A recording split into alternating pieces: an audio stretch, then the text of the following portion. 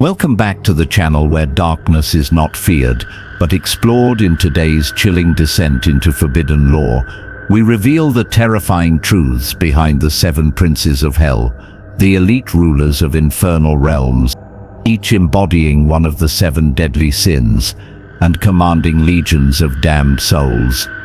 If you're drawn to the shadows, be sure to like, subscribe and share to keep this occult archive alive. Now let's begin. According to traditional Christian demonology, particularly those frameworks derived from texts like the Lantern of Light and John Wycliffe's classifications, the 7 princes of hell are each aligned with a specific sin that corrupts humanity and empowers the dominion of hell. These demons are not petty spirits. They are kings, generals and ancient forces of cosmic rebellion against divine law. First, we begin with Lucifer, the prince of pride and perhaps the most infamous figure in all of demonology. Once the most radiant of God's angels, Lucifer fell from heaven after refusing to bow to mankind, his pride unmatched in all of creation. He is not just a tempter, but the embodiment of self-worship and hubris, ruling over other fallen angels with intellect, beauty and absolute authority. Next is Mammon, the prince of greed, a demon whose essence thrives on material obsession. Mammon's kingdom is wealth, his weapon is avarice, and his corruption lies in making humans believe they can replace purpose with possession. He is often depicted surrounded by treasures, golden idols, and chains forged from human ambition, whispering promises of endless riches in exchange for eternal servitude. Our third prince is Asmodeus, the demon of lust, a powerful entity whose name appears in numerous ancient texts, including the Talmud and the Testament of Solomon. Asmodeus rules over sexual perversion, temptation, and obsessive desire, often depicted as a 3-headed beast, with serpents coiled around his form. His influence leads kings to ruin and saints to fall, and in some traditions, he is even blamed for breaking apart sacred marriages through insatiable cravings. Then comes Leviathan, the prince of envy, and a being of terrifying cosmic scale. In the book of Job, Leviathan is described as a primordial sea serpent, a creature of chaos and impossible strength, whose jealousy devours the contentment of others. He incites hatred between brothers, stirs wars over what others possess, and twists the hearts of mortals into bitter oceans of resentment. In many occult traditions, Leviathan also represents the gateway between realms, a great serpent coiled around hell's gates. Our 5th infernal monarch is Beelzebub, the lord of the flies and the prince of gluttony. Not merely overindulgence in food, but all forms of insatiable consumption, formerly a Philistine god known as Beelzebub. His name was transformed by early Christians into a title of mockery, and he became associated with pestilence, rot and bloated decay. His grotesque form swarms with flies, his breath reeks of corrupted feasts, and his voice speaks to those who consume without purpose, who feed the void within rather than their souls.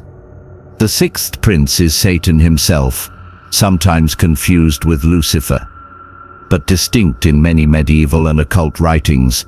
While Lucifer is the proud rebel, Satan is the prince of wrath, the eternal adversary, a force of hatred and vengeance that seeks destruction for its own sake. Satan is the fury of battle, the fire of genocide, the scream of the tortured, a figure who punishes as much as he tempts. His wrath is not always loud, for it simmers in the hearts of the oppressed, the betrayed, and the broken. Finally, we arrive at Belphegor, the prince of sloth, and perhaps the most insidious of all. He appears as a rotting demon seated upon a toilet or a throne of filth, whispering brilliant ideas that will never be executed, luring inventors and thinkers into stagnation with false promises of success without effort. Belphegor's sin is dangerous because it disguises itself as patience, reflection, or relaxation, but beneath it lies the death of ambition, the paralysis of the spirit, and the erosion of divine potential through endless waiting and laziness. Each of these 7 princes are more than characters. They are symbolic forces that infect civilizations, haunt individual lives, and manipulate the course of history. Their reigns are not in fire and brimstone alone, but in ideologies, movements, trends, and cultural shifts that elevate sin to the status of virtue. Lucifer fuels the cult of self. Mammon rules global capitalism. Asmodeus thrives in digital lust and pornography. Leviathan surges in envy-driven social media culture. Beelzebub feeds consumerism and addiction. Satan ignites political rage and war, while Belphegor lulls us into passive nihilism. These demons do not need to be summoned in ritual. They already exist, integrated into our systems, religions, and even our thoughts. Ancient grimoires like the Ars Goetia, the Infernal Dictionary by Colin de Plancy, and various black magic traditions offer sigils, charmed invocations to these princes, but such practices are not without cost. Those who call upon them often trade sanity, morality, and peace for the illusion of power. Many occult scholars warn that these princes are not bound by human understanding of good and evil. Some see them as spiritual archetypes or metaphors for internal struggle. Others as literal entities watching from the shadows, waiting for a foothold in our reality. In some left-hand path traditions and modern satanic sects, these princes are even revered as gods of liberation and knowledge, their sins reframed as virtues in defiance of restrictive moral system. Yet whether one views them as allegory or actual demons, the danger remains. The deeper one studies them, the more their influence takes root in the psyche, turning curiosity into obsession. Their myths are echoed across cultures. Lucifer mirrors Prometheus. Asmodeus resembles the Hindu Rakshasas of desire. Leviathan reflects the chaos serpents of Mesopotamia, and Beelzebub is not unlike ancient fly gods associated with death and disease. These connections hint at a primordial origin, a deep-rooted archetype of rebellion, corruption, and temptation that transcends borders and religion. Some conspiracy theorists claim these 7 princes are connected to real-world elite families, corporations, and power structures, their symbols hidden in plain sight, their values subtly pushed through media, fashion, and politics. Others believe these demons are fragments of a once unified adversarial force, broken into 7 aspects, each adapted to a particular era of humanity's decline. As we continue this channel's mission to expose what lies beneath the surface of myth and religion, we ask you, do these princes represent forces beyond our world, or merely reflections of the worst in ourselves? Either way,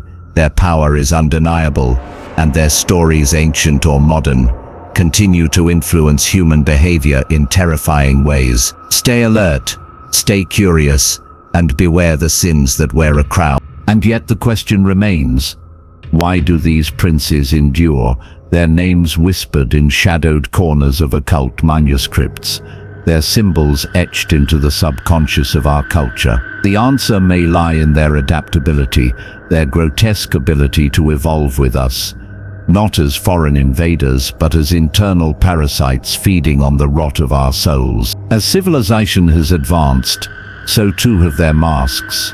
Lucifer no longer appears solely as a fallen angel cloaked in celestial pride, but as the modern influencer preaching self-deification, the spiritual guru preaching false enlightenment, the AI whispering personalized affirmations of divine ego. Mammon is no longer a greedy baron clutching gold, but the face behind crypto scams, corporate empires, and the illusion of prosperity sold through endless debt and digital consumerism. Asmodeus walks through hookup apps and virtual reality sex cults, his lust now coded into algorithms that learn your darkest cravings and feed them back to you in endless cycles. Leviathan swims not just in oceans but in data streams, his envy metastasizing through social comparison, virality, and a culture addicted to tearing down others to feel taller. Beelzebub, now bloated with gluttony, thrives in opioid overdoses,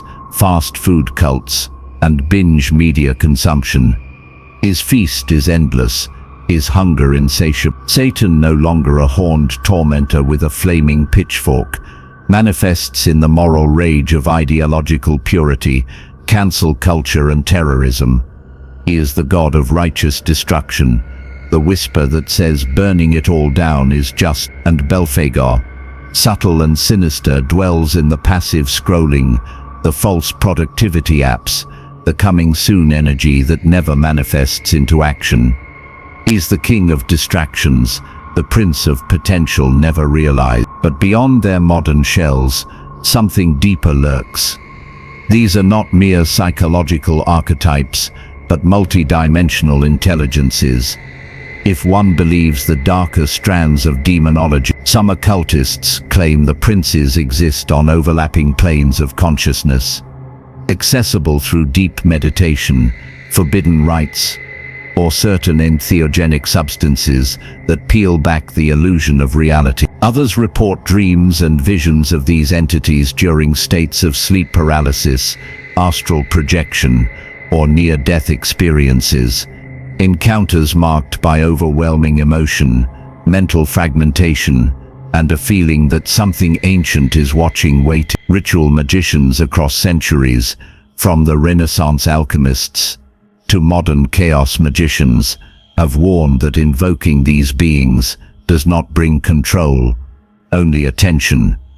You may not summon them, but they may notice you, mark you, begin to whisper from the corners of your perception. Entire volumes like the Lesser Key of Solomon, the Red Dragon, and Liber Officiorum Spirituum contain invocations that claim to summon the seven or their aspects, but always with dire warnings.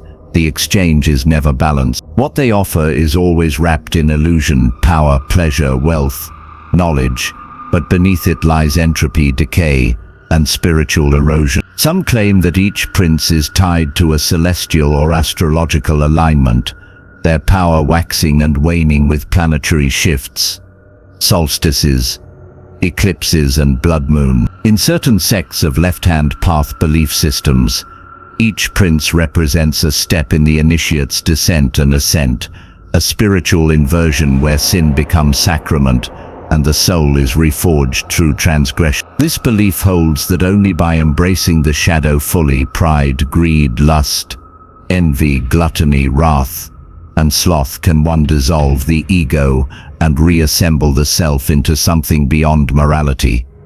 Others see this as spiritual suicide, a slow descent into madness and moral oblivion. The stories of those who have attempted prolonged contact with these entities are rarely triumphant.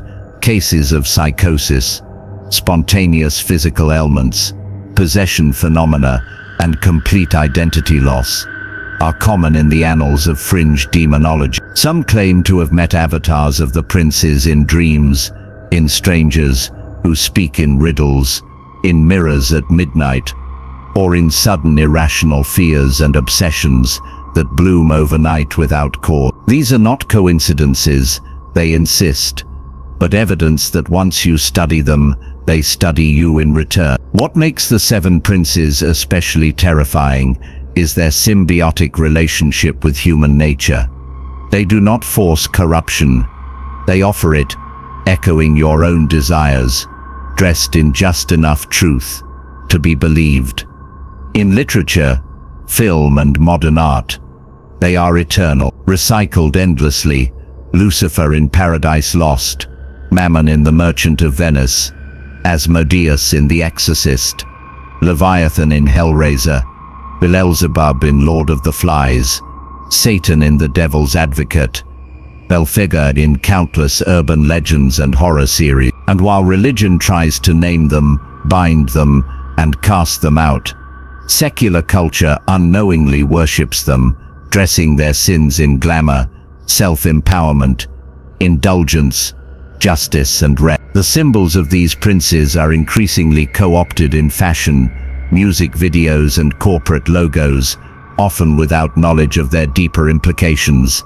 Sigils that once adorned grimoires now appear as tattoos, album art, and cryptic memes on forums dedicated to edgy enlightenment. Some dismiss this as aesthetic rebellion, but others sense a deeper resonance, a call being answered unknowingly by generations raised in spiritual voids. As AI, biotechnology and virtual reality merge, occultists predict the princes will evolve yet again, becoming digital egregores, self-sustaining patterns of sin coded into the very infrastructure of society.